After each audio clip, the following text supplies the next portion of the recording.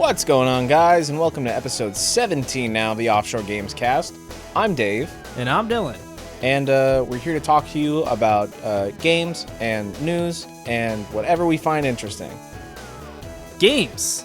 A lot's been coming out, including Kena, Bridge of Spirits. And? I played some of it. And? How's the new Dark Souls? I am very mixed on this game. I want to try it. It definitely looks interesting. The weird gripe for me is that for a while it was touted as being like a huge PlayStation release, and then they just kind of felt like they gave up covering it, or at least in a way that like the general market would see. It feels like the last couple of their like big events, this was just completely not mentioned. Yeah. So the game, it really just throws you right into it, as in, like, you get like a little kind of like lore intro to be like, yeah, spirit guides. They help people who have died, and for whatever reason, their spirit stays attached to this world, and it shouldn't be. It's like Ghost Town.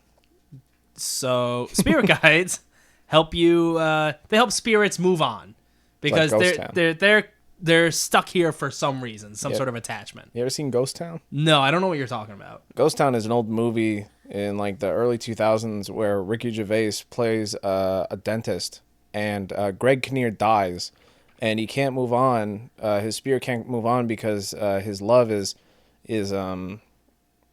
like he's not finished like with all that, and then so he becomes Ricky Gervais's wingman to help Ricky Gervais get with the girl, and then he can move on. And then Smosh did like the same premise and did it worse. So Kana's a dentist. That's what she's doing. Wow. And she's helping. She's got to get rid of the rot. Well, no, the rot is a good thing. Oh, so she's collecting the teeth. She has just a jar of rotten teeth. And she's just walking around and saying, I'm helping her move on. You guys want to see my rot? I brought it out today. So you get like a little intro, just giving that little lore, and then it just kind of throws you right in as, Kana's just on her way to this abandoned village for seemingly no rhyme or reason, but she's on her way there. Okay. And that's when you come across the rot. Just rot. They're these little black balls that you would think rot is like the bad guys, because there's like a corruption happening, and you're trying to stop this corruption. But the rot are they're little black balls with arms and legs and big old eyes, and they are adorable. And it's like Pikmin. Yeah, that is the direct comparison to make. Yeah, because they're they're basically Pikmin. As in, they help you fight. So there's this corruption spreading around the forest because this one bad dude, and I haven't really gotten into it to really know what's going on with that. But there's this corruption happening that make like these evil forest monsters that are basically just exactly what you would imagine, made of like branches and leaves, and they're dark and evil. So you can use rot to help fight them by like you can turn the rot into like a giant hammer and smash them with that, or it's just cool. Like environmental puzzles, just like Pikmin, rot will pick something up for you and then collectively move it somewhere else. You don't need like a certain amount of rot like you would in Pikmin. Booker catch. But what? Booker catch. What? Booker catch. I don't know what that is. Booker catch. I don't know what you're talking about. BioShock Infinite, man. Booker catch. What is he catching? Whatever fucking she throws at him. Oh yeah. Booker catch. Yeah. So the rot, as far as I'm concerned, completely steal the show. They make me think. Have you seen any like the more modern Star Wars movies? I've seen episode 7 and I've seen episode 8. I didn't see episode 9. I don't remember if they were an 8 or not. I'm pretty sure they should have been an 8. You remember those little creatures that have like the big eyes. What are they called? Pogs or whatever with the little wings. Pogs are like little pieces of cardboard that were huge in the 90s. Hey Google, They have different designs. what's the little creature that people liked from the 8th Star Wars movie? To be fair, I've only seen the 8th Star Wars movie. Porg. Sure, I've only seen it once, and I could barely remember anything about it. Yeah, they were like the fucking. They were the cutest. These things. They're like the little bird ball All right, yeah. with the big eyes, and I can see the comparison. They're real stupid. The Rot are real cute. Yeah, I can see that comparison. Yeah. Are they stupid? Not really. That's good. They don't really like. They just you tell them what to do and they do it. That's good. Loyal. So yeah, very cute. There's a lot of hidden rot that you have to find just like through puzzles or just like, that rock's a little suspicious. You go up to it, the other rot lift it up. There's another little rot, and it always zooms in on them, and they're all like, aha, like with a smile, like being all cute. And then it joins you, and then your group of rot that's running behind you just grows and grows as you're playing the game. Now, is it one of those situations where like it's going to continue growing, and like if you start with 5 and you get 2 more, you'll just have 7 from that point on? Or is it like, I'm going to have to expend some of these fuckers? No, you don't expend them. Okay. They just kind of keep growing, and it seems like you can maybe unlock more skills for them the more you get, because it's like once you hit a certain point, it's like, you leveled up your rot, they can use more abilities now. So yeah, they help you. They're good guys. So let's get to the actual gameplay part of it now. Yeah. Moving around and just the general platforming, I find to be kind of stiff. Like it doesn't. There's something I can't put my finger on. I don't know exactly what to say, but something about the jump feels off. Like short or not high enough? I'm not sure. Let's say I can't like pinpoint what it is, but I do it. And it's like, it doesn't feel right. Because it feels like it should be different. She definitely looks like she gives herself like more of a height than a distance thing. Maybe that's what it is. Yeah. I would have to like mess around with it a little more and actually like think about it in that way. But it doesn't feel good. Moving around feels stiff, and combat is okay. It's serviceable. It's nothing incredible. It completely unnecessarily gets an insane difficulty spike. Yeah. It's at the first, so there's like little sub bosses along the way, but of the first like main boss of the game, which happens a decent amount in it, especially if you're exploring a bunch. So the only way to heal is by these little flowers that are in the combat arena. You use the rod on them to make them bloom, and it fills up your health. Okay. In this boss fight, there's only 2 of them, and this boss, it just takes 1 or 2 combos, and almost all your health is gone. Wow. And once they start hitting you, it's hard to get away.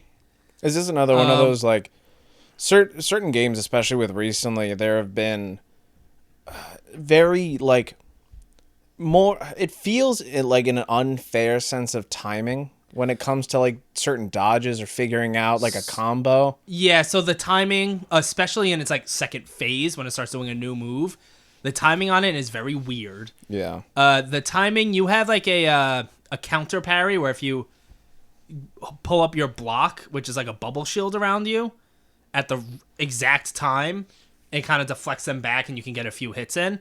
Yeah. That is weirdly difficult to pull off. I hate those games that have the tightest window. It's very tight, and it doesn't like feel like Sekiro. It's pretty tight, but it feels good. Yeah. I can't tell what I'm doing wrong with the timing. And so it's the same button to like pull up this bubble shield around you, and that can only take so much before having to recharge. And so if he's coming in for a heavy attack, I'm trying to block it like twice and I miss, that shield is just breaking and I'm getting fucked up. Yeah. So it's this giant wolf looking thing that just fucks you up and was way harder than anything I did in the game. To the point where I just put it on easy. Yeah, I mean, you gotta. And it's not like I have a problem with games being hard.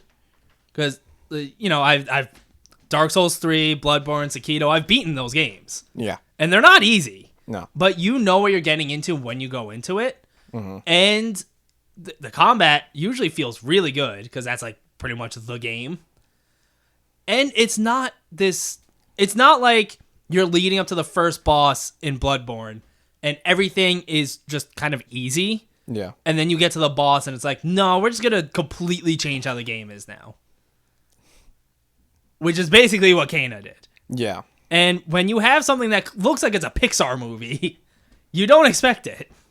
No, I mean, I can't fully remember the talking points when the game was first being shown off and coming out, but I know that it was a mixture between like certain programmers and others, animators who just really had a heart for like that animation style.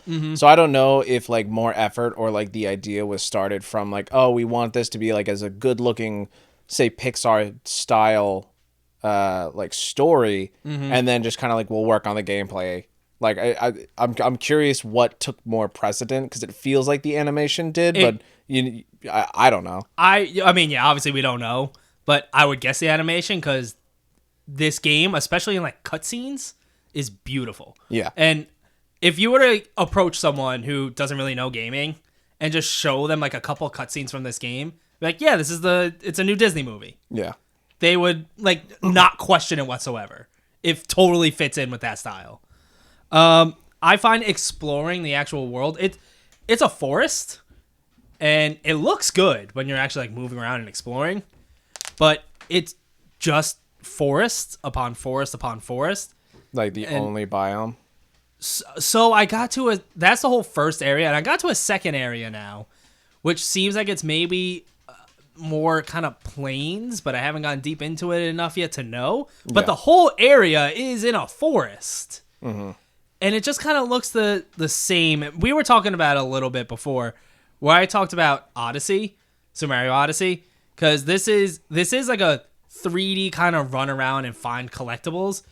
And Super Mario Odyssey is such a compact level, will have different landmarks in such a way that like I can picture perfectly all the different areas and different levels to where it just didn't all blend together. And this is just like, all right, here's this corner of the forest.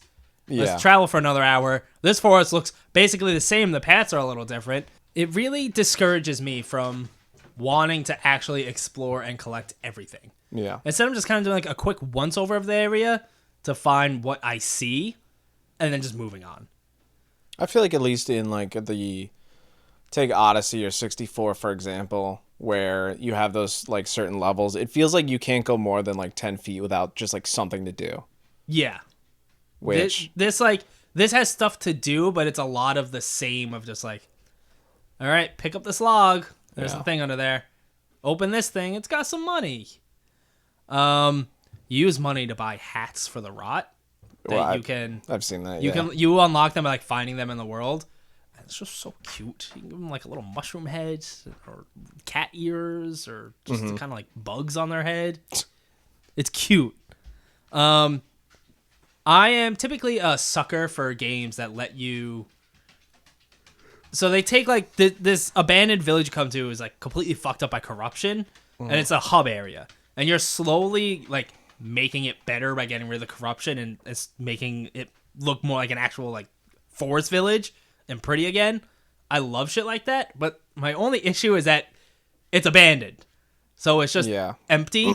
You don't get to like actually reap the benefits of seeing this like becoming a more lively place. The only thing you do see are like these like light blue silhouettes of spirits that are like kind of hanging out, but as you get close to them, they just disappear. That sucks. And I know I'm harping on this game a lot. I am enjoying my time with it, but Kena as a character is very bland. From the things that I've heard, that it really goes up until like the final hour to really give her the spotlight that she deserves, at least in like a story sense. And for the most part throughout the game, she is just a fucking piece of white bread. I've played for maybe 6-7 hours, and she just doesn't really talk. And when she does, it's just kind of like, okay. Yeah. Like it's she's not really saying anything important. Kenny, you're doing a great job. I mean, all the spirits and the rot, everything's great. Okay. Basically, You got like it. the rot has been the star of the show as far as I'm concerned. They're just finding one and then it's zooming up on them and they're just being all cute. Doesn't get old for me. Mm-hmm. And there's a couple of side characters, like there's these two little brothers. You're trying to help their other brother who's a corrupted spirit. They're cute little. They're cute little guys. They're like they look like what, like Cabbage Patch Kids. Okay, yeah. Yeah. Which is funny because other people just kind of look like normal people. So I don't know why they're Cabbage Patch Kids. They wanted to dress up. This game is like if you took a Pixar movie and you smashed it together with a B game from the PlayStation 2 era. And these games have their place. Yeah. I kind of like it feels like that void has been empty for a while. And this is that. It's not an indie game, but it's not this huge AAA thing. I was expecting it to be a little more of a AAA thing. Yeah. As a first-party PlayStation thing, because they tend to go pretty big with those. Yeah. Which is maybe why we weren't seeing so much of this, because it's like not a Horizon, a God of War, or anything like that. But when it started off, they really felt like it was being marketed as like one of the head lineups. Yeah. So I know I'm harping on this game a lot, maybe because my expectations were a little too high. I think it's enjoyable. Like, I'm gonna keep playing it. It's not like I hate it or I'm done with it. Yeah. It's just it has problems. That's that. That's that. That is that. Game sucks. No, it doesn't suck. It just has problems. You heard it first. It doesn't suck. It doesn't suck. There you go. No one else has said that. You heard it here first. But I did hear it here first. All right. Deathloop. How you liking Deathloop over there, Dave? I played, so there's 4 regions. I've done Carl's Bay once. Mm-hmm. I've done the complex, I think 2 or 3 times, and Updam I've spent my most time in, probably 6 or 7 go-throughs. And my personal issue with games having you just repeat the same sections over and over, I always think of the Far Cry thing, like, you know, the definition of insanity. I feel like I'm constantly redoing the same stuff, and in a way of trial and error that is just not fun.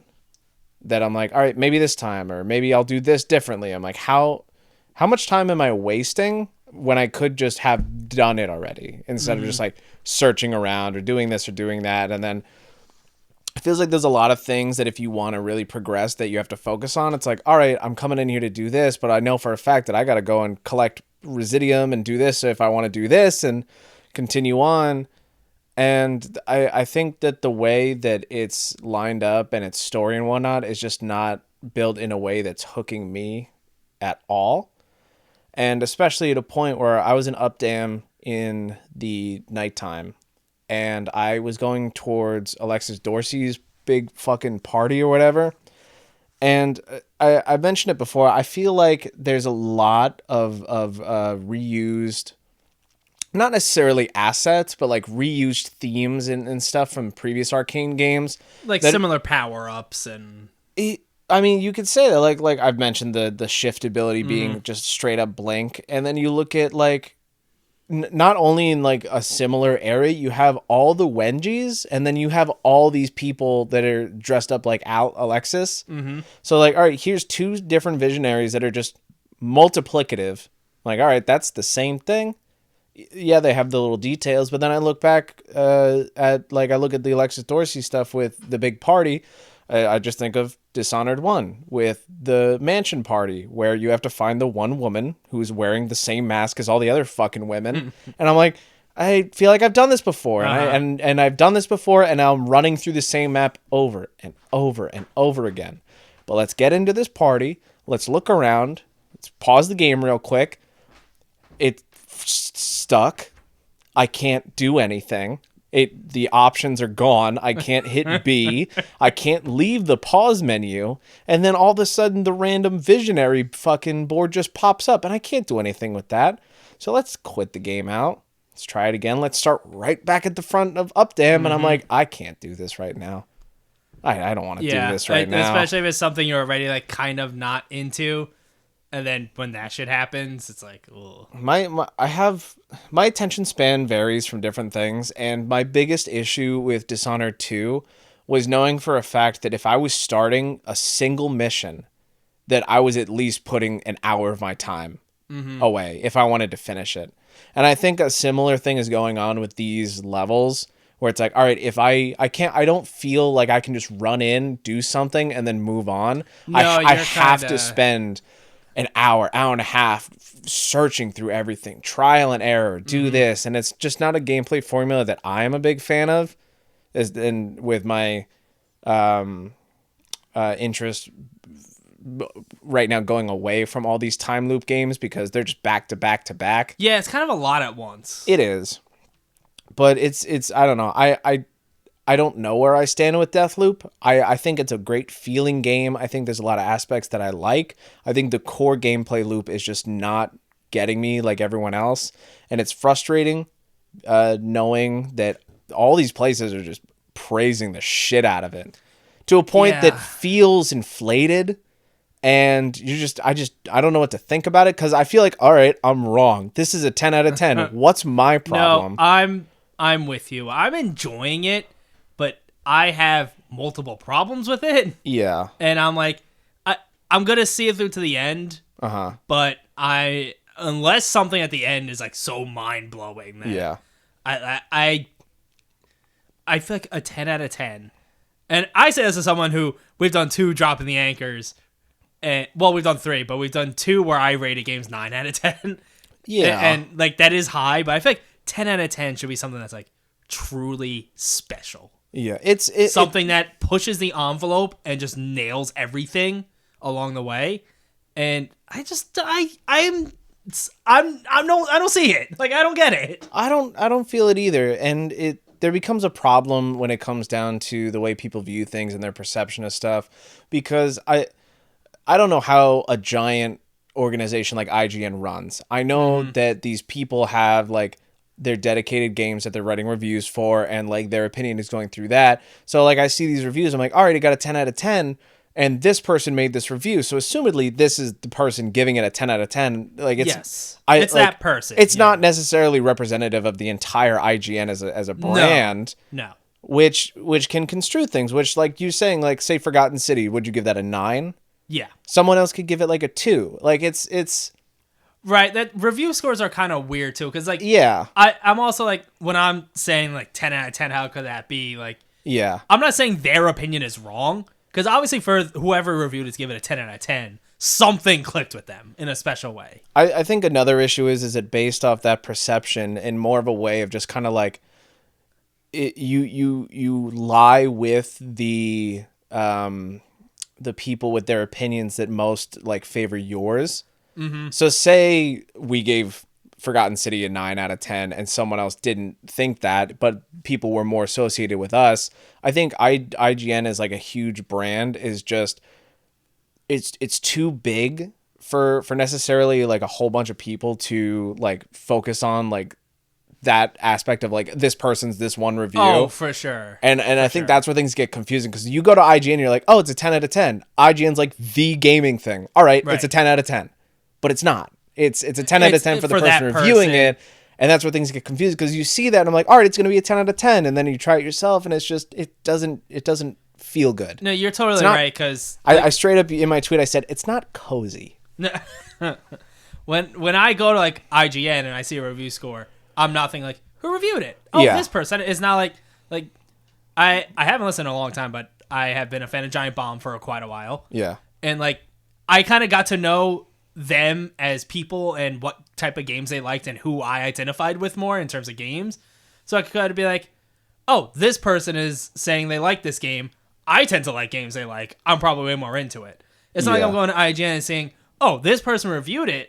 I know what they're into, what they like, and whether or not we align with that. Yeah, you're I guess I never really thought of it like that, but yeah, I find it hard to believe the mainstream of people that go to like GameSpot or IGN see a review score and are like, oh, it's this person. Yeah. I know what we're doing. They just see, oh, IGN gave it a 10. And another thing that I want to go over that has been in my mind, and this is just a personal tidbit that I want to throw in there.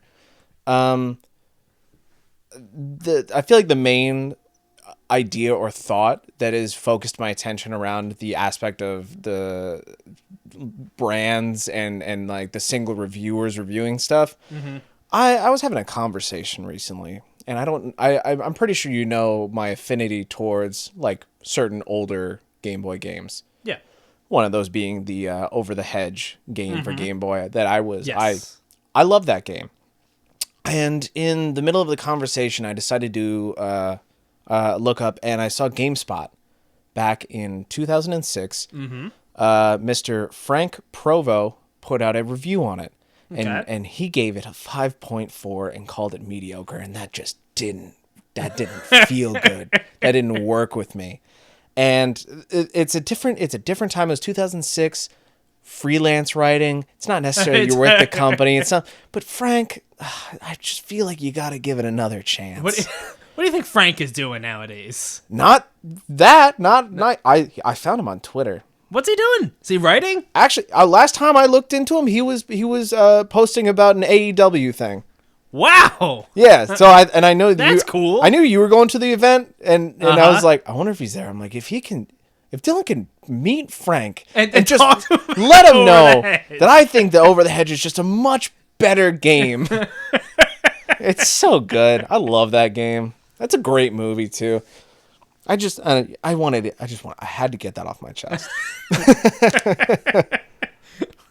Frank really got to you. I didn't understand a certain rage that could fill me until I saw the score.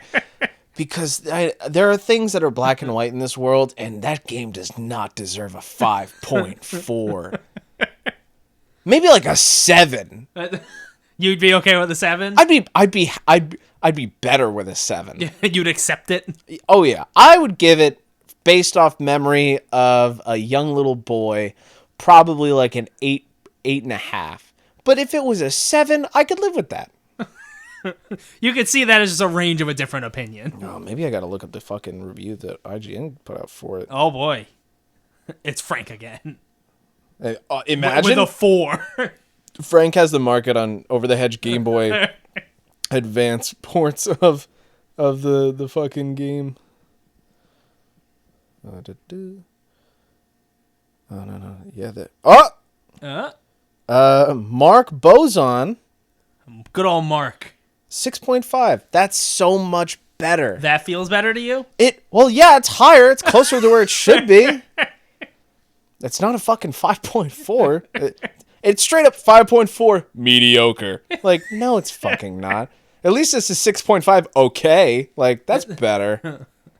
And he even mentions Ice Age 2, The Meltdown. That game, oh no. This is Over the Hedge falls just under Ice Age 2 The Meltdown. Ice Age 2 The Meltdown for Game Boy is also a really good game as a kid. Although I could see... Have you played these games in your like adult age? No. All right, I'm just throwing this out there. Did you ever maybe think that it's just nostalgia and the games are not that good? But I don't know. I remember some aspects of those games and they were fantastic. You were also a kid. And I still remember them. So you're still a kid? We're all kids. There was the thing, you would go and collect these fucking, you would collect money and resources somehow that you could use to spend on random objects that were like stolen from people's houses and like in the garbage to like completely decorate your whole area, like your hub world, and I loved it. You would spend money. Like in-game resources. To go through people's garbage? To buy the items that were in people's garbage and like stolen from their houses. These are animals. This is how they lived. Oh, okay. Yeah. I understand now. You're buying it from the other animals that stole it from people's garbage. Yeah. I was picturing you walking up to a trash can and like giving and like it flipping money. out my wallet and I'll be like, name me a price. I want that wishbone. That's definitely... Yeah, Deathloop's it's Yeah. it's a conversation. Now, you want to talk about a conversation. Yes. Let's talk about Lost Judgment. You can. I will talk about Lost Judgment, and you can react with your little, like... I'll just Wow! get a sound... Yeah, I'll get a soundboard of just like, okay. Yes. 5.4, really? But no, it wasn't getting that low. That's only sevens. Bruh. Okay, so just jumping into this, I have to say, I love the Yakuza series. So I am going into this basically knowing already that I'm going to just adore this game. Just going to preface with that I may be biased towards these games because they're right up my alley. I'm like can I be a half bias? I'm like half bias. So this game kicks right off. You're still Yagami and Kaito. They're running the Yagami Detective Agency, but things have kind of dried up. Kamurocho's not as bad as it once was. Credits. And that's it. They close down shop. They retire. They live happily ever after. So happy for them. So I guess kind of like a Dragon spoilers, but not really. The Tojo clan is not really a thing anymore. They don't run Kamurocho. It's not like it was. Mm-hmm. There's not just gang members walking around fighting people. Like the good old days. Like the good old days. Not to say it's like there's like no crime or other shit, especially like you get into it Like a Dragon. I won't go into that. But it's not like it was. So things kind of dried up for Yagami. And so they just been, you remember the Genda Law Office? That's like where Yagami was a lawyer. Yeah. They just kind of do some odd jobs for them and like do some detective work for like some court cases. And that's kind of what they're living off of. Now, their boys, Segura, you remember him? He was the masked guy that was like a Robin Hood type of situation. And you remember Tsukumo? I don't know how to say it correctly. Was she the assistant? No. She was the... No, that's not her. She's still her and the other young guy from Genda Law Office that kind of like were maybe a thing. Yeah. They're still there being lawyers. Okay.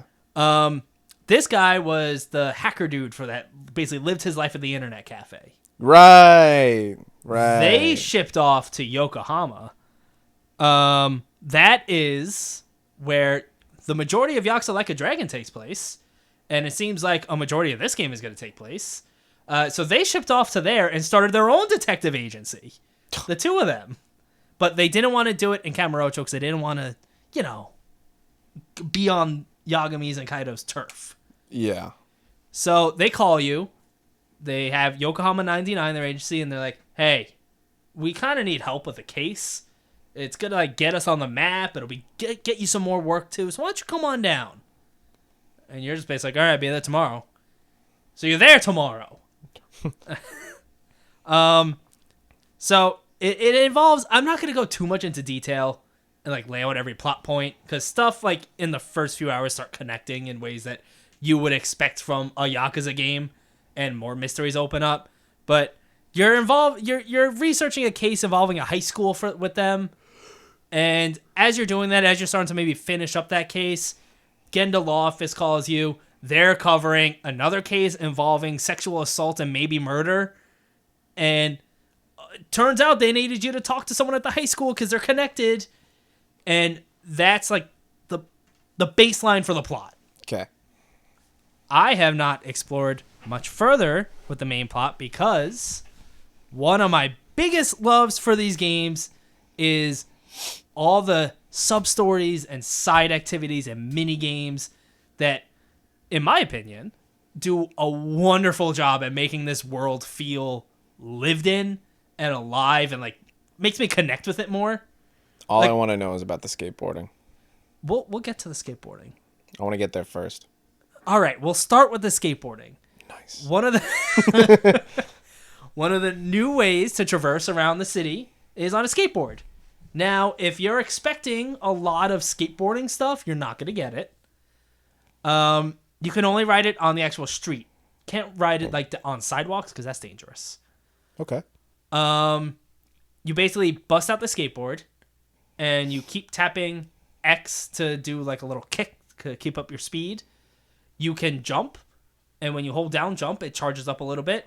And then you jump, and Yagami does some kind of like pop shove it or a kick flip or a heel flip.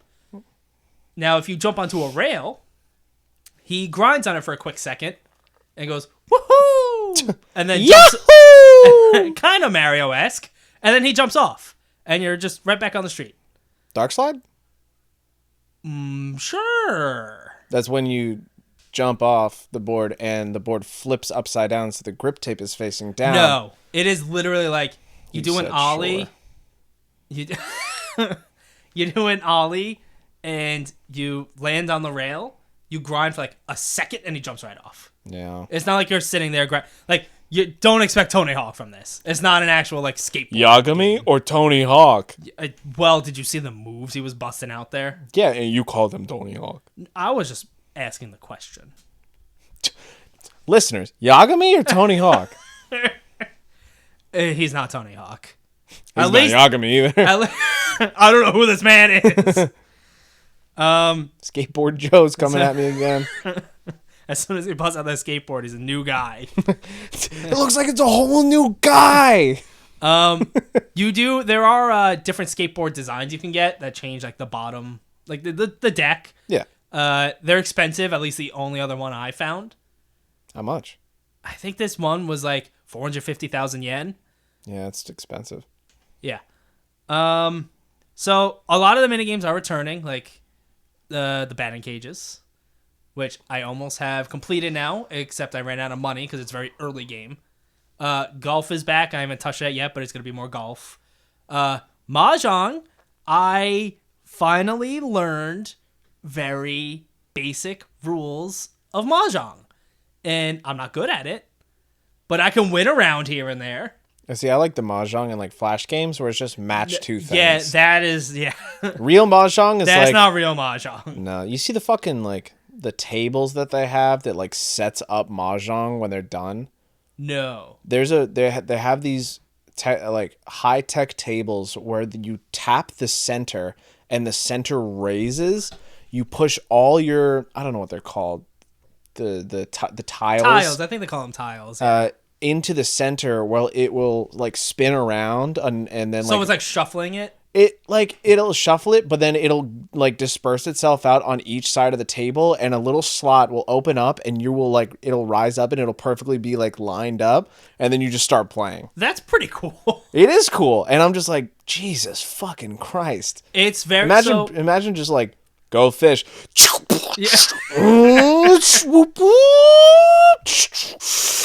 Go. Well, here's the difference. Tell me. Mahjong is gambling, so a lot of money could be on the line. Go fish can be gambling too. It can be, but typically when you go to a casino, you're not playing Go Fish. You're playing like poker. This is more in line with that. Okay. And I understand like a basic way to win now, but it's still the strategies that it like hurts my head. So I don't go too deep into it. Yeah. But I'm now prepared because the things that always stop me from being able to do all the side quests and sub stories in these games is when they involve having to go beat someone at Mahjong. Mm-hmm. And now hopefully I'm a little more prepared to do it. A lot of the new stuff. So, all right.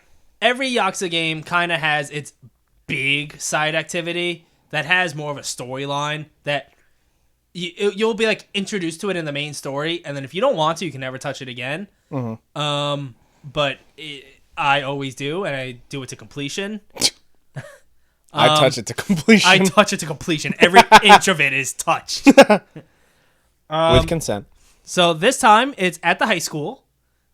With consent. This is Jesus Christ. You become the advisor for the Mystery Research Club. And their whole thing is that basically one girl and her brother, they're like little mini detectives. She like wants to solve everything, and she's like kind of like a lawyer detective prodigy in the making. Of course. But she needs an advisor, and you're a private detective who's had done some pretty big cases. You walk in, you're like, shit, it smells like coincidence in here. That's not exactly what happened. She was going to report you to the police for being a pervert. But you weren't being... No. I'm a lawyer. She goes, you don't say. you weren't being a pervert, but it looked like you were being a pervert. Yeah. So... Well, I mean, if you touch it to completion... Those things worked out, though. You're not a pervert. She knows you're not a pervert. You're gonna laugh about it 50 years from now. So she starts presenting to you some dark things going on at the high school that she wants to solve, but she can't because she's either just not good enough or people like know her. So like. She approached too many people too many times to the point where no one's going to talk to her about shit. It's like the Forgotten City. It's like shit. Kind of, except she can't loop. reset time. So she kind of recruits you to help with that. And to do that, you have to start getting involved in other clubs in the school to get to know the students to start to figure out some of the mysteries. Yeah. I've only gotten involved with one other club, and that's the dance club, which is a DDR rhythm game, which... If you're not going to have Yagami do karaoke, this is the next best thing. I'm loving that. I mean, you love rhythm games. I love rhythm games. So I'm going to be spending the next good chunk of my time playing this game doing this. Mm-hmm. All right, let's get to the combat. Yakuza Like a Dragon changed things moving forward for the Yakuza series, as in it is now a turn-based RPG. Very subjective. Very subjective. Some people love it. Some people are very happy with that. Other people, like the people here at the Offshore Gamescast, don't prefer it. I'm a little more tolerant of it than you are.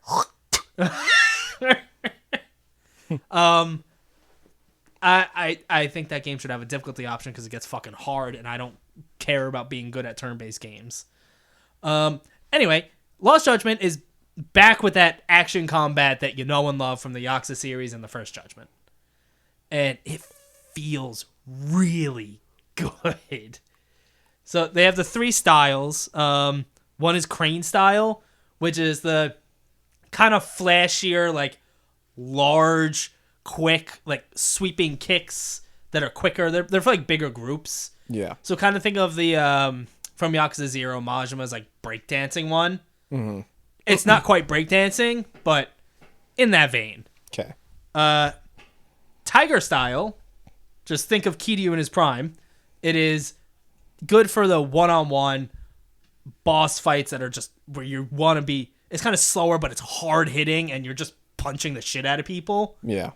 And then there's my favorite Snake style, which is all about countering enemies that have weapons.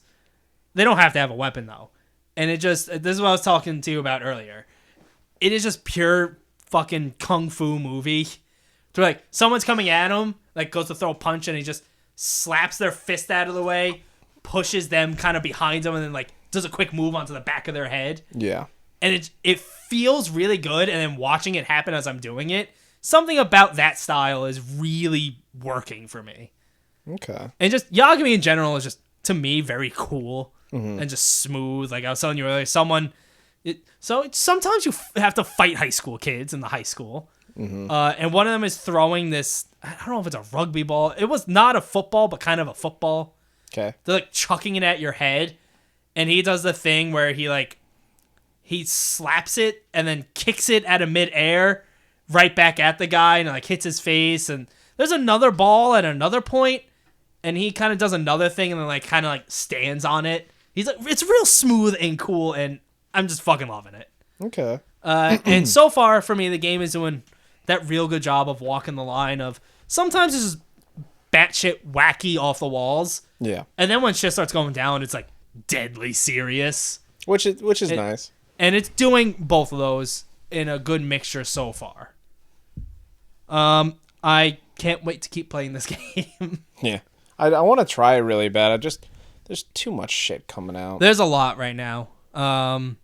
If we weren't doing a podcast, I would be spending my life just playing Lost Judgment. Yeah. But there's a lot of other games that I want to play right now. It's so annoying.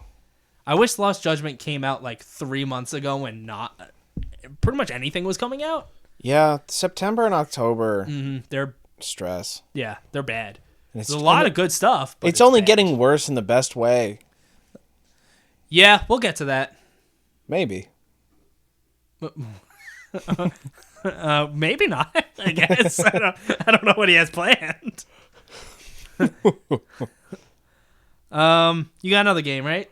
Yeah.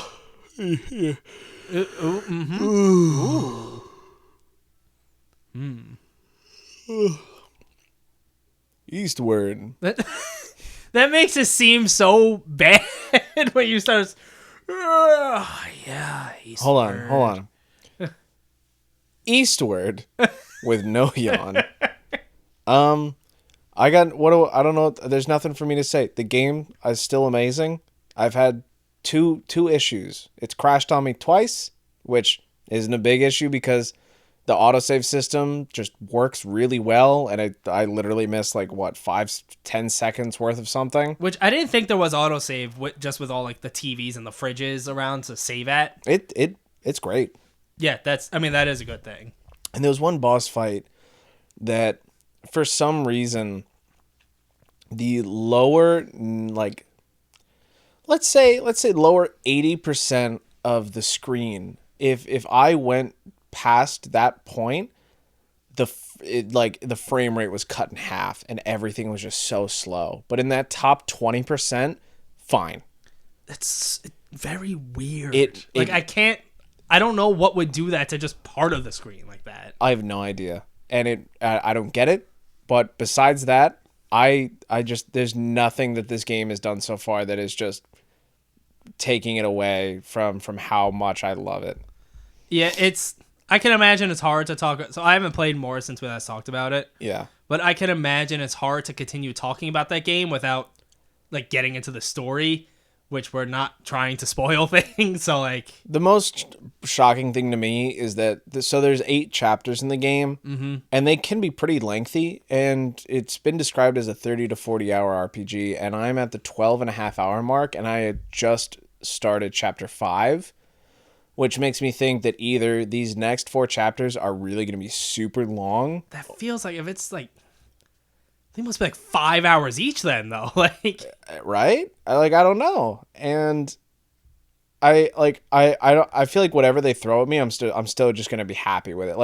I've come across a certain enemy. It's just it's the worst enemy. It is the biggest pain in the ass that I've dealt with so far. And even then, I love this game. This game fucking rocks, dude. Yeah, it's good. I have 3 Switch games going on right now, and just gonna have more at the end of October. Yep. Hopefully I have some of it done by then. October's another month where it's just all right, I know exactly what I'm playing on day 1, and that's just what I'm gonna be focusing on. I know it's Far Cry for you. Are you gonna play Guardians day 1? I think so. Well, so Far Cry is the 7th. That's a top priority for me. The 12th is Back 4 Blood coming to Game Pass, so I'm going to be doing that. The 15th is the Demon Slayer game, and oh fuck, I'm excited. The 21st, as of right now, is just you're good with dates. I don't know how you remember. I can sometimes remember the month of a game. I mean, do you remember September 6, 2011, the Thursday when Dead Island came out? Of course. Because I do. Yeah. Anyway, October 21st is going to be Echo Generation, so fuck me. Announced today. That was part of my news, but not anymore. No, maybe. I guess you were right. Yeah. And then after that on the 26th is Guardians. So I think it's just going to be tough. Yeah, luckily November and December, there is a couple cool things coming out then. Yeah. But it does slow down. Yeah. And give you a break before it just, by the time late January comes, 2022, it's just going to kick right back into gear. So. Yeah. It's going to be a financially brutal year next year. It's the most orgasmic nightmare. Okay. Literally. I could not be more excited, and more stressed out by every single fucking amazing thing that's planning to happen next year. Yeah. Now, I'm sure there are quite a few big games that are planned for next year that are not going to come out next year. Starfield. Almost certainly Starfield. Yeah. Gosh, shit, I forgot Starfield was supposed to be next year. That's going to be, God, so many. Yeah, that's one of, like, I don't know, 27 amazing like sequels big and games coming out next year. Like, I just saw today, I think GameSpot or someone, IGN, someone put out an article, or a Game Informer. I just want to know who it is. Either way, someone put out an article today where, like, yeah, 2022 seems stacked. Can we talk about that? Like, you guys weren't fucking thinking about this already? We talk about it, like, every week. Yeah. And when we're not doing the podcast, we talk about it, I would say, at least 3 times a week. And it's only getting worse. Yeah. Like, Dying Light delayed to February. Mm-hmm. Throw that in the mix with fucking Horizon and Saints Row and whatever the fuck else is coming out. There's something else. I can't remember. Sifu. There's some, Sifu. Yeah, that game looks cool. And then March, and then fucking. And there's plenty of games that are just like spring 2022, summer 2022, early 2022. They're just going to get thrown in there somewhere. Yeah, and in those games are having leaks, and they're more exciting. Uh-huh. It's bullshit, man. What are we talking about?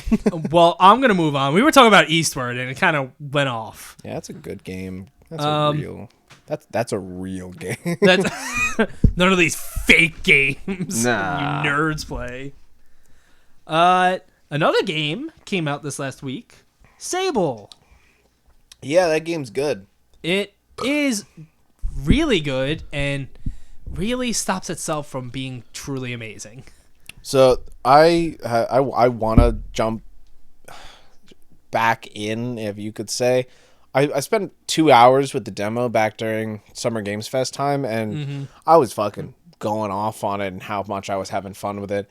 And I really want to jump into it like these past few days because I've been anticipating it, and I just don't have the energy to throw the exact same 2 hours in again to get through that first section. That's a long time. It is. Like, we were talking about Echo Generation. That was like 20 to 30 minutes and not a lot you can do. That just kind of left us wanting more. Yeah.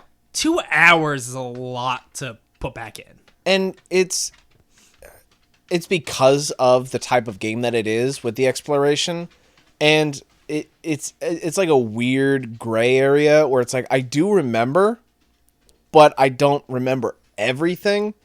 So that I'm taking the exact same time to like figure it all out again and whatnot. Like I'm better off just looking at a walkthrough for the first 2 hours, make it like an hour, and then get through. You don't need a walkthrough.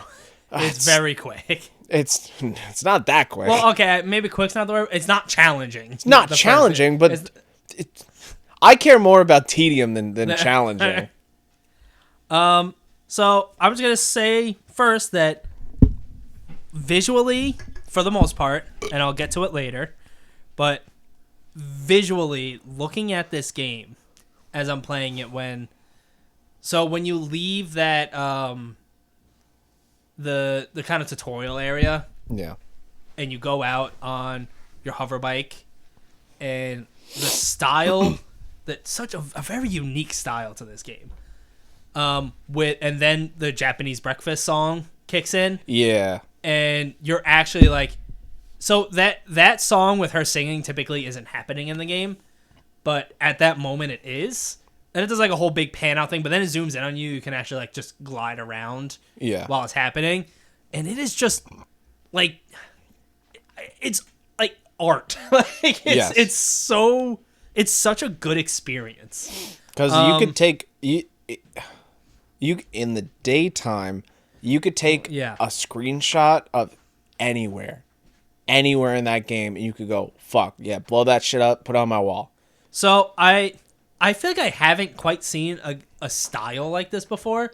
So I looked it up, and I found a 2018 post on Game Reactor where Sam Bishop talked to creative director Gregorios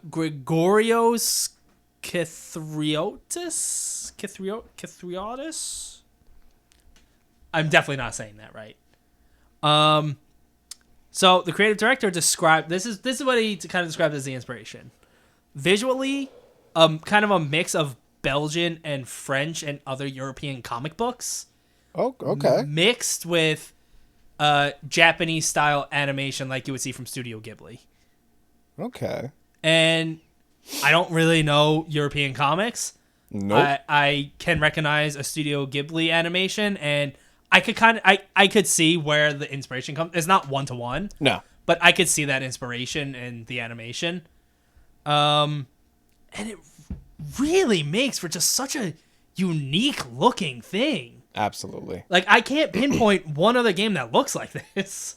I will say, I think on TikTok there's been this one video going around of a very similar art style of some dude like with a rover on Mars, and he's like kicking up dust like the bike gives off, and it's like filling up the screen volumetrically, and you can just kind of make out certain bits through it. And I'm like, man, that's Sable. That just looks like Sable. Whoever made that, are they French or Belgian? No clue. Because if so, it would make sense. Well, maybe have French or Belgian gone to Mars. Or Question for the ages. Who wants to more? So yeah, you're playing as a girl, Sable, and her whole thing is once you get to a certain age, you go off on your gliding, which is when you leave the area that you kind of grew up in, and you're just supposed to kind of on your own go explore the world and figure out what you want to do with your life. Yeah. And there's no like set time for how long a gliding's supposed to take. Masks play a very large part in society in this world, so like everyone's wearing a mask. Gotta be safe. And the not that kind of mask. So the whole thing is a mask a lot of times will kind of be like, I'm a cartographer. I'm wearing the cartography mask. I'm a machinist. I'm wearing the machinist mask. I'm vaccinated. I'm not wearing a mask. So you have to get through. So you go out and on your gliding, you have to get 3 badges in order to get a mask. Mm-hmm. To get a badge, you have to impress or do something for someone of that work. So, like for a machinist, you'll have to go do a little quest for them where you have to go into like a derelict spaceship, figure some shit out, and bring something back to them. And they're like, wow, good job. Here's a badge. Yeah. You get 3 badges. A very weird thing happens with this thing that opens their face up and you reach in and it doesn't seem human. And you pull a mask out of their body. Oh. It seems like once you get 3 masks, you can just finish the game. Because I just got my 3rd mask and it was like, hey, you want to come back home, make your decision? You can, but you don't have to. Mm-hmm. I'm not ready to because I want to get all the masks and really figure out what I want Sable to do with her life. So this game clearly saw Breath of the Wild and was like, we got some ideas. Yeah. So it is a lot of all right, I think that there is I don't know how to word this right because I don't want to. There's a right way to play this game. Okay. In my opinion, it is don't follow the main. So when you're leaving, you're like mentor caretaker lady is like, I'm not supposed to do this, but go to this town. They got some stuff that can like a good place to start.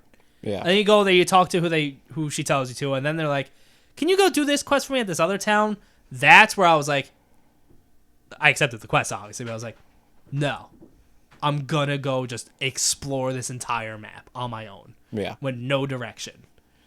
And instead of getting a random, like, machinist quest saying, go here and get this thing for me, it's a place I've already been, and the weird stuff in this world that you get by just exploring and seeing it for yourself. Because once it opens up, like, you can go anywhere on the map. Yeah. It's not gated in any way. That sense of discovery, this is the only game since Breath of the Wild that has given me that. To where, like, I go to a new area, I don't have any map for it. I kind of just, like, drive around. Oh, I see the cartographer's balloon. I'm going to go up there and buy a map from them. I can now zoom in on this map and be like, this thing on the map looks interesting, and just go there and check it out. And sometimes it's just a little collectible. Sometimes it's a puzzle. Sometimes I'm getting like these artifacts that I don't know what to do with yet. Yeah. I'm waiting. And it opens up a lot of mystery. And I'm purposely not going into details of the types of things I'm discovering, because I feel like that would take away like what half of the joy of this game is. Yeah. There are alien spaceships crashed kind of all over the place. And so you can kind of explore those and try and figure out what the hell's going on there. And there are weird creatures you can find that are just interesting. You have a full-on stamina meter for climbing, like in Breath of the Wild, and you can climb almost anything. Mm-hmm. If it's like a spaceship with just like smooth metal walls, you can't just climb that. Yeah. But most of the worlds are just like rock formations. You can climb any of that as long as your stamina lets you. And there is a way to increase your stamina meter, which that's very helpful because you climb pretty slow. Yeah, and I assume that there's sections that you really got to climb further than... Yeah, there are. And you can kind of figure out... I don't think I ever found a place where it's like, with the base stamina meter, I couldn't figure out what to do. But now that I've doubled my stamina meter, it just makes life a lot easier. I bet. There's no combat in this game. Yes. Whatsoever. Which really gives you... mental combat. It gives you mental combat when there's no physical combat. Come on, Sable. Overcome your mental obstacles. It really... Like, when I'm gliding on my hover bike through the world, there's just no stress. Yeah. It is just a relaxing experience. I know I can explore something, and I'm going to be safe. It's not like I'm worried about enemies or at any point the game is too hard. I am really loving this game, but there are so many bugs. Yeah. There's a lot. Like, I read some of the reviews of this game before I played it, and I always see, a lot of times I see people complaining about like technical problems, and I'm like, that doesn't matter as much to me. I'm much more interested in like story. I'm sure this will be fine. Yeah. Now, I'm not going to say it's making me not enjoy the game or anything, but boy, there are times where, so beetles, there's a lot of beetles in this world. Yeah. With different types of beetles. I explored this one area. I didn't see any beetles initially. I was doing something else. I was just exploring. Then I get a question like, hey, can you go over here and get these beetle things for me? Yes. And I'm like, okay, I don't remember seeing beetles, but maybe I just missed it or it doesn't spawn until the quest. I go there. I'm still not seeing beetles. Is this the area where you got to climb up and there's a lot of like tubes? Tubes? No. Kind of like early on near like the first main village? No. Okay. I completely bypassed. So that first main village, someone like steals a part that you need and like, get me these beetles. And they're kind of being a little brat. Yeah. And you can kind of learn what to do there. Instead, I just found their hiding place and stole the part back I needed and didn't do anything with beetles there. See, I did the beetles there in the demo. So I didn't do any beetles there, but I assume they're different types of beetles because I've come across like 3 or 4 completely different types that give you different things. Okay. One of them being beetle poop. Huh. But I go there and there's still no beetles. And I see these like mounds with little holes coming out of the ground. Because they had told me the person gave me the quest, like, they're very skittish. Mm-hmm. So you have to find a way to, like, lure them out. That's the beetles that I had to deal with. So I'm like, okay, I get it. Like, they're not coming out. And there were these, like, metal fruit things growing on trees. Yeah, you got to get down. So you get it down, and I'm, like, plopping it down. I'm trying to climb somewhere so where they couldn't see me. Nothing's happening. Turns out it was just a bug. I had to... It was a what? A glitch. It was a beetle. I had to fast travel away, save the game, quit the game, load the game back up, quit the game again, take the disc out. You can't there is no disc. You can't fast travel back there, so I have to hover bike my way back over there. And then they were there. They just weren't spawning. Weird. There was a meeting. They had an underground meeting. They couldn't come at the time. I've had quite a few times where I clip through a wall or something I'm climbing. And the worst time was when there was a very, very, very high climb that takes a while to get to this point. And there are these two big statues there. And there's typically this one type of collectible on top of these types of things. So I'm like, I'm going to climb the fucking statue. Yeah. I clip through it. And I am just stuck perpetually falling within the statue. So now I'm trying to unstuck myself to fall through the statue, through the bottom. I just can't. So I'm like, I'll save the game. I'll exit, load it back up again, and hopefully I'm not in the statue. I'm still in the statue falling. So the only way to get out is to fast travel back to the very bottom of the place and climb all the way back up just to finish the puzzle that was there. Wow. That was frustrating. I've had it where at a merchant, I was buying everything from them, so I'm spamming X, and I bought them too quick for the money to keep up.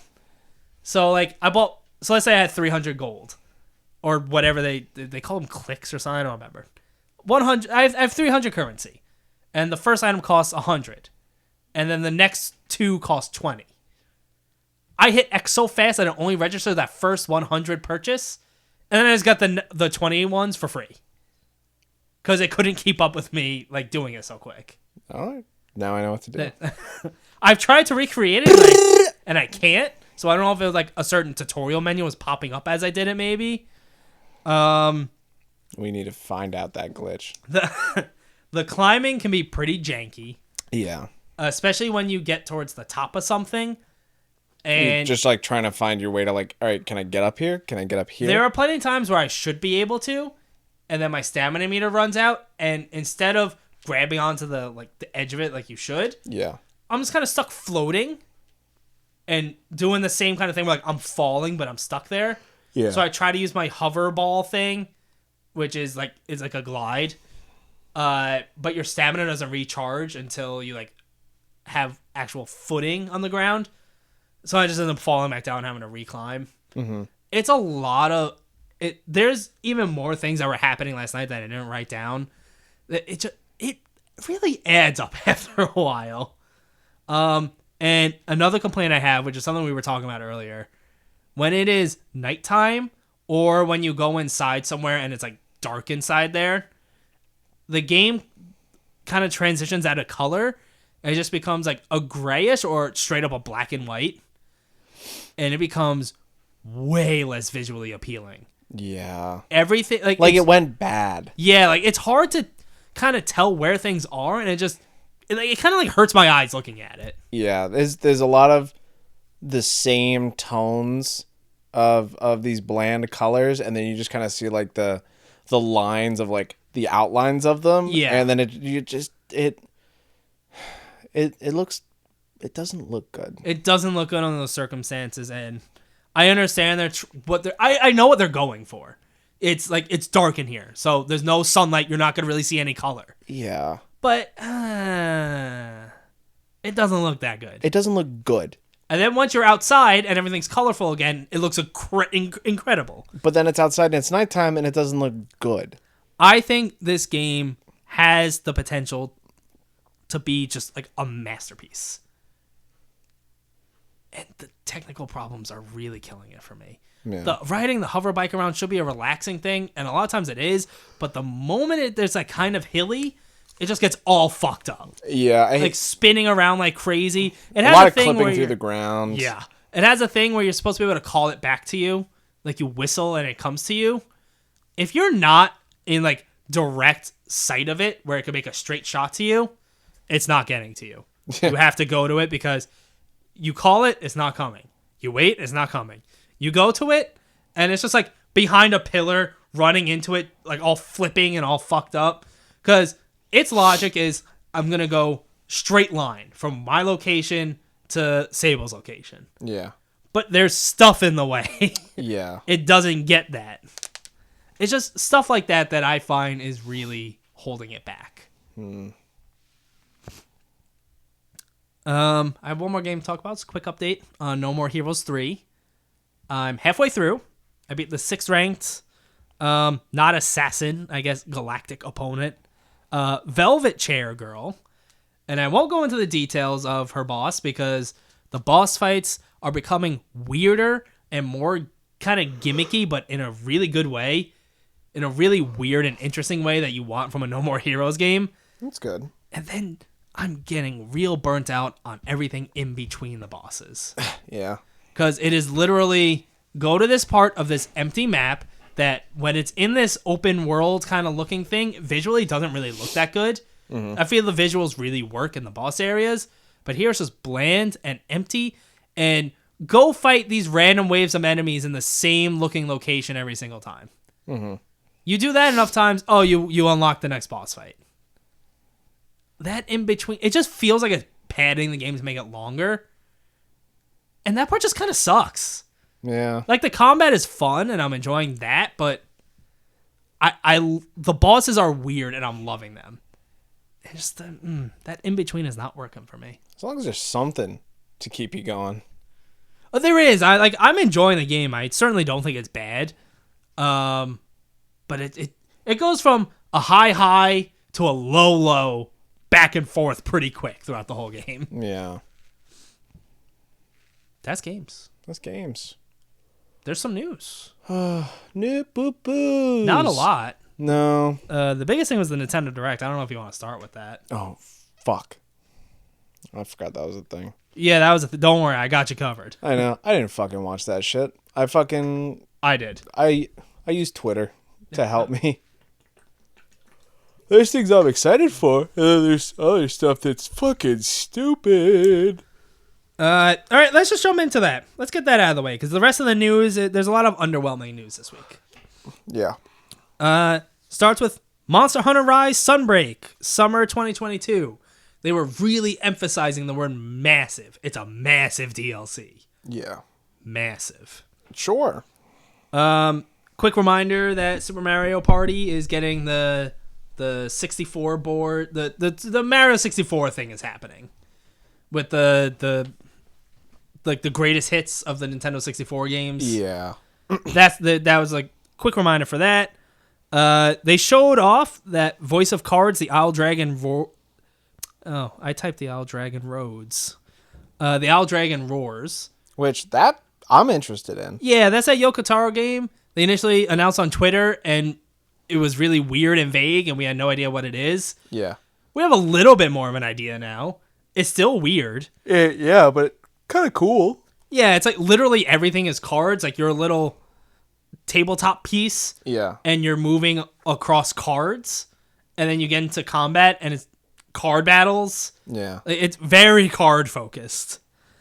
Comes out October 28th.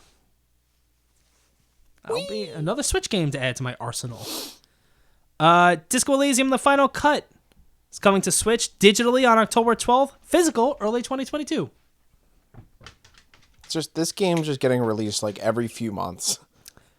Kinda, yeah. I want to play it. I just don't know where to fit it in. Yeah, I'm waiting. I own it on PC. I've had it on PC since release year, I think, and I've just been waiting for the Xbox version to just really get into it. But now with everything coming out, I'm like, I don't time for it. I mean, from what I understand, it is a longer RPG. Yeah, another 10 out of 10. But I mean, like by all accounts, it seems really good. Yeah.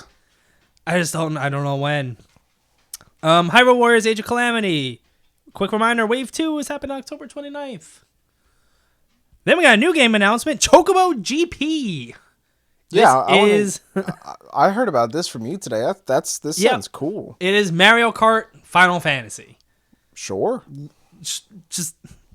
They don't say it straight up, but it is Mario Kart ass Mario Kart. I mean, what arcade racing game isn't fucking some Mario ripoff at some point? Yeah, but this is like straight up Mario Kart.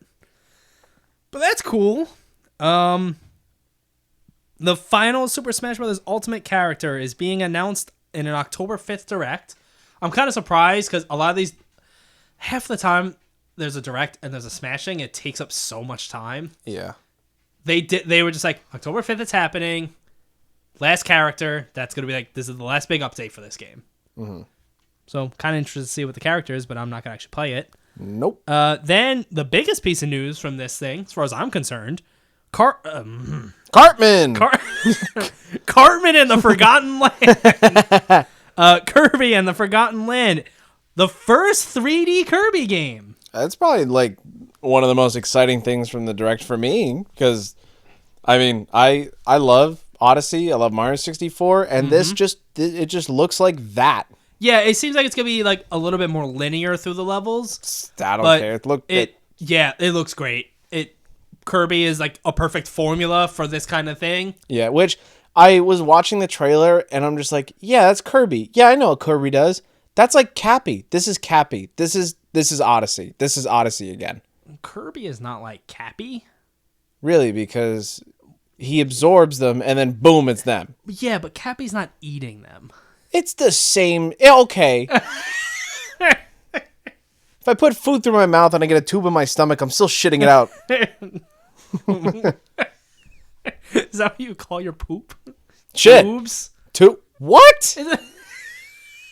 Is that how you just said? What? If I put food in my mouth or if I get a tube into my stomach, I'm still gonna shit. Oh, I thought you were calling the poop tubes. If I put food in my mouth, I'm shitting out my stomach. Through tubes. Welcome to Hobby Lobby. Spring 2022 for Kirby. I want to play that. I want to play that too. That's it. It's probably the best announcement from this thing. Animal Crossing New Horizons. There's going to be an October Direct explaining the free update that's coming in November, but they teased The Roost is coming to the museum. For those that don't know, that is a coffee shop from past Animal Crossing games, where you can go and have a coffee or a drink and you chat with the dude there, and sometimes other town members are there. That's a nice little thing. Mario Golf Super Rush, getting some new characters, new courses. They're really supporting that game. I'm curious if people are actually like playing that game still. What game? Mario Golf Super Rush. Yeah, I don't. Probably not. I have a question for you. Do you know what Disney Magical World is? Because they didn't really show a lot of it. I don't know. Disney Magical World 2 and Enchanted Edition. That's happening. What's the cover look like? What's the key art? I don't have that information. I know there was like a Disney Connect game. That's what I'm thinking. That was my first thought, but that just, I don't know, it seems weird. Whatever. Wait. Start over? What Disney Magical World 2 Enchanted Edition. Yeah, I don't know what that is. Okay. They because they had their thing where they're releasing on Switch like a whole collection of their old ass like 2D. This didn't seem to be that. All right. It didn't seem to be that. Star Wars: Knights of the Old Republic, the original one. Also by Aspire. That's coming to Switch. Dying Light 2, Stay Human. Yeah, the cloud version? The cloud version, as in they're going to be streaming it to your Switch because the Switch cannot handle that game. Which, just... That is coming out. Don't fucking play that version. So, is Dying Light 2, is it coming out February 4th, 2022? Yeah. Okay, so that's going to be coming out release day. Don't play it on Switch. Just don't. No, I can't imagine that's the way to play that game. God, fuck no. It looks like shit. Even the first one from 7 years ago doesn't look that good on that was the other one. Switch. Dying Light Platinum Edition. That first one's coming October 19th to Switch.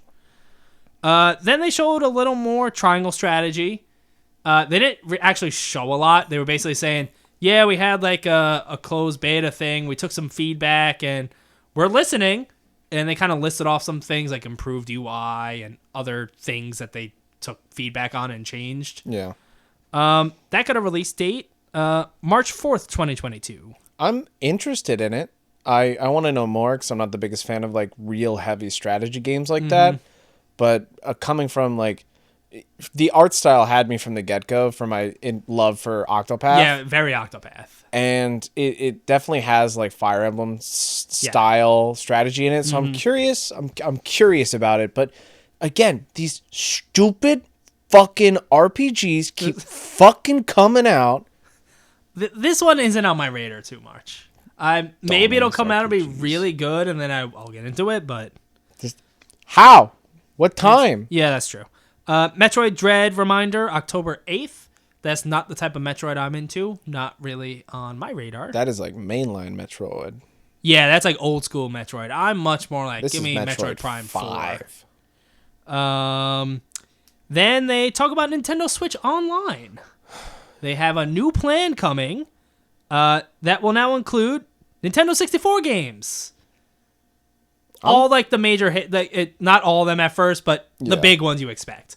They also announced Sega Genesis games are coming. Yeah. They also announced they are making new wireless Nintendo 64 and new wireless Sega Genesis controllers for $49.99 each.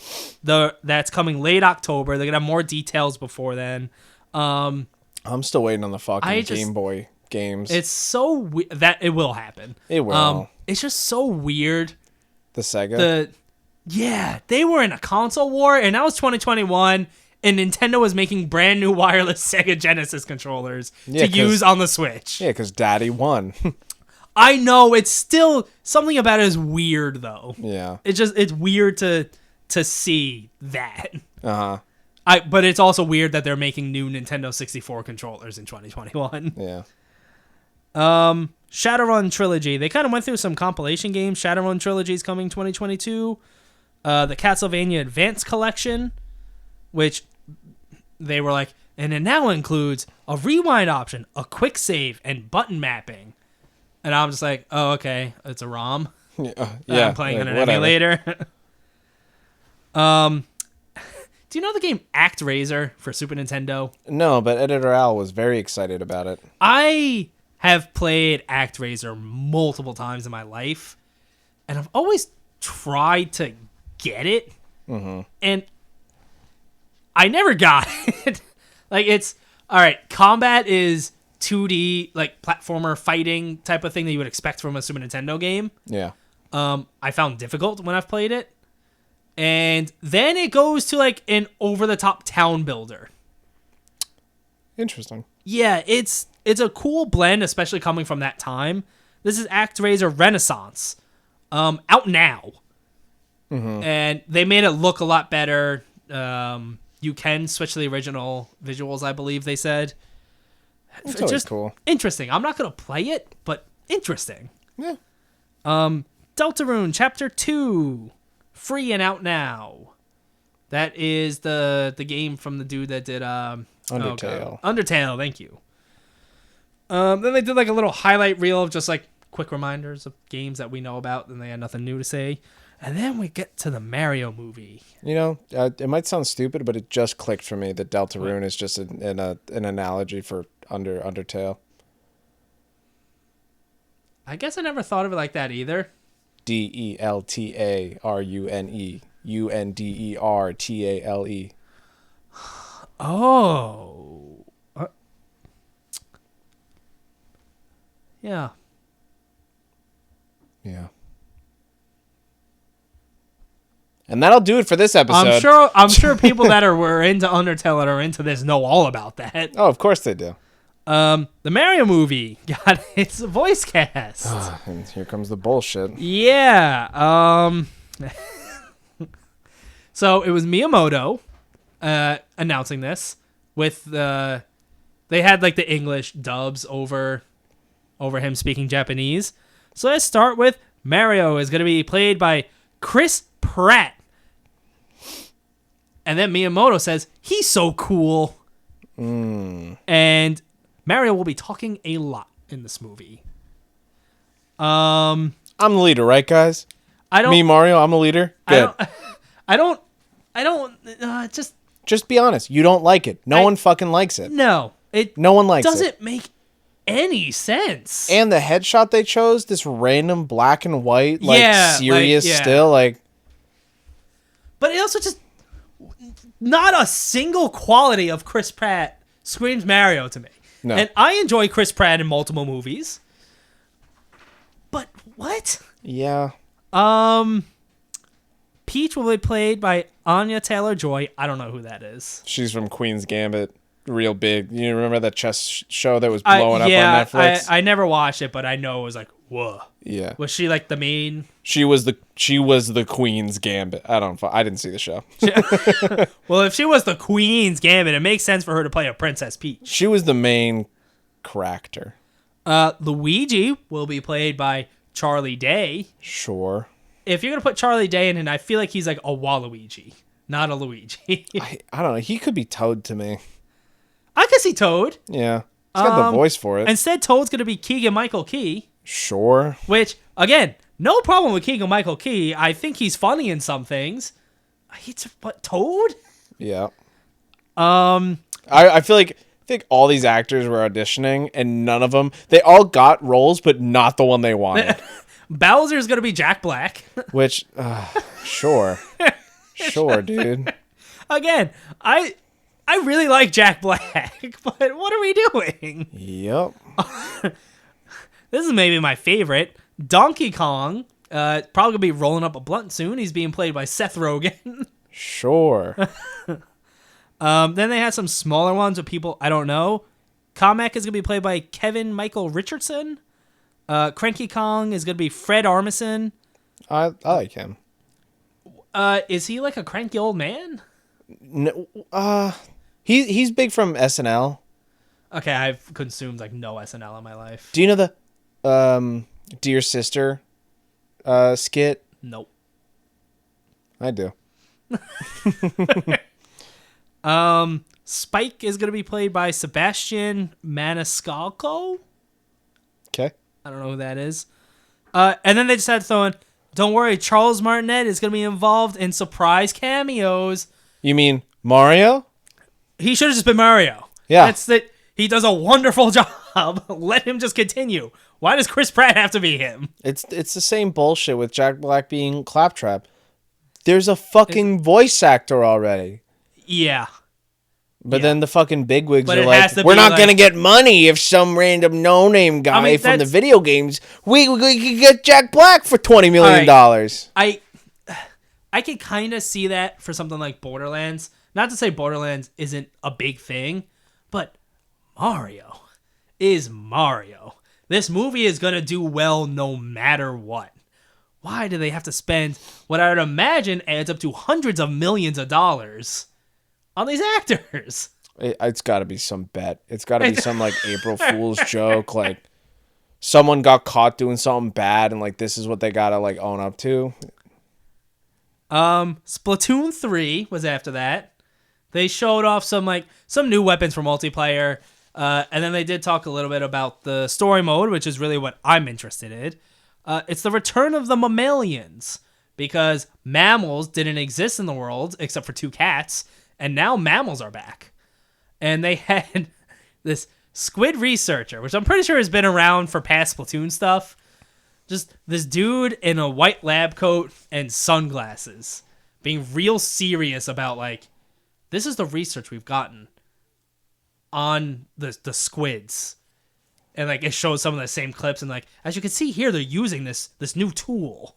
Like real serious. Yeah. And then it zooms out on him and Splatoon 3 appears next to him, and then he busts out into this very cringe looking 3 that he's making with his body, but it was also very funny. Yeah, okay. And then it closes with Bayonetta 3. Finally. Kaiju edition. Yeah. Sure, whatever. I'm gonna play Bayonetta 3. I like those 2 games. 2022. It's like, how do we make it bigger? It's got to be bigger. How do we use the fucking Earth as a baseball? Like, and Bayonetta has a little bit of a different look, as she tends to. yeah, Cool. hair. Yeah, a lot of hair. Bayonetta. When I was watching with my girlfriend, as soon as it started, I was just going like, Bayonetta. Bayonetta. That was the Nintendo Direct. Honestly, a pretty good one. That's not bad. There were quite a few big things. Even like the Mario movie voice cast is ridiculous, but it's a big thing. Oh, absolutely. It's big because it's fucking stupid. Yeah, it should have just been, here's the cast. Charles Martinet is going to be everyone as he is now. Everyone? He does a lot. He does more than Mario. I'm pretty sure he does. It's me, Mario. I'm pretty sure he also It's me, does. Luigi. It's me, Bowser. I'm pretty sure I he have a also problem. does, Wario and Waluigi. He might do Luigi too. He does a lot of them. It's me, Donkey Kong. That does that. Do you want to take over a piece of news now? My throat needs a little bit of a break. Netflix buying shit. Netflix buying, was it Night Studios? The developers behind Oxenfree and Night School. Fucking, then why you gotta be taking a drink and letting me fucking bake in the sun? How dare I be drinking water? Night School Studios, who have developed Oxenfree and are currently developing Oxenfree 2, say that Netflix bought them and they're being super fucking great, and assumedly they're just gonna be there to make games for Netflix. Yeah, so Oxenfree 2 is still coming out this year apparently, and it will still be like, it's not like it's gonna be a Netflix exclusive. It's gonna be on Switch. It's gonna be on PC. So Yeah. But yeah, I read that they were like, yeah, they're being like super cool with us. Yeah, They're letting us just do our thing. which is awesome. Yeah. Netflix also buying the entire Roald Dahl catalog. Oh, right. Yeah. They just kind of like went to the dude's house and were like, I'll take one, and bought the entire estate. And so I keep saying this. I'm just waiting for like the crossover when like Willy Wonka's standing there with like a demo dog and they're just chilling.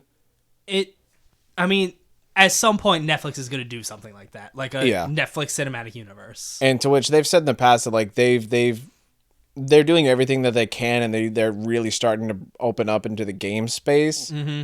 So buy Roald Dahl, make Willy Wonka games. Sure, I would check out a Willy Wonka game. There was, I don't remember, it had to be like Wonka.com or something, but they had an old website with these Flash games on it, and there was like a Monkey Ball equivalent, and I would play that a lot. There was a lot of Wonka games that were just fun. There's a Wonka game on phones that is like Candy Crush. I don't care about that. I played a lot of that. And then it gets too hard and they want you to spend money, and then I don't play anymore. I can play Candy Crush for like a day, and that's it. If I'm in the right headspace, where sometimes these match 3 games just click, I'll play them for like months every night for hours in bed. A fucking mobile app is lucky if it sits on my phone more than 15 minutes. I get what you're saying, but my issue is I just kind of leave them downloaded and they just sit there for like ever. No, I go like, I'm not having fun anymore. Delete. Brutal. That's fucking kill him off with the head. Just fucking kill him. Yeah. The Initiative and Crystal Dynamics have a bit of a partnership going on.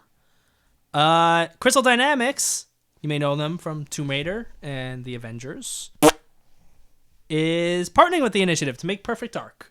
They're both going to be working on it now. That's that. It's interesting. Yeah. All right, I guess I'll move on to the next one. That was my last bit of news. You stole it. Oh, really? I got nothing. All right, I have a few more things. I have 2 more things. Life is Strange Remaster got a release date. February 1st, 2022. Those are good games.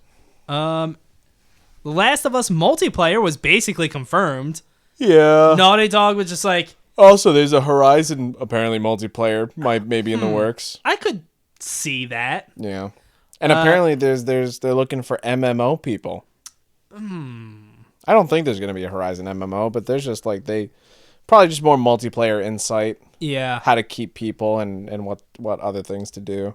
Naughty Dog was basically like, yeah, we know you people are asking for it. We know that you basically know, yeah, we're working on it. Yeah. We don't have anything else to say, but we are working on a multiplayer mode. And the last bit I have is that there's going to be a Resident Evil 4 VR game. Yeah. And I was reading about this on IGN. It's going to be exclusive to the Oculus Quest 2. And I didn't read the whole thing, but it started out with them being like, this game in VR feels brand new and it's fantastic. I want to try it. I want to get a Quest so bad. October 21st. That's when that comes out. It's not going to beat Echo Generation. And okay, New World came out. Here it is. And apparently, after one day, it was the most played Steam game in 2021. Previously, it was Valheim. It beat that in a day. 700,000 concurrent players, 925,000 concurrent viewers on Twitch. It's not that I'm not like kind of interested in this game. There's already no time. There's just too much. Yeah. Again, if this came out in like March, when like the only thing that came out was like It Takes Two. Yeah. Wonderful. I feel like you could have played it. You can't be a fan of MMOs and just be a fan of gaming in general. I feel like you have to pick one. Because if you're like getting into an MMO, that is your game. Yeah. For a long period of time, and you will not have time for other games. No. Which is great if you do get into games, because then they're going to be $5 by the time you're done. Yeah, I guess.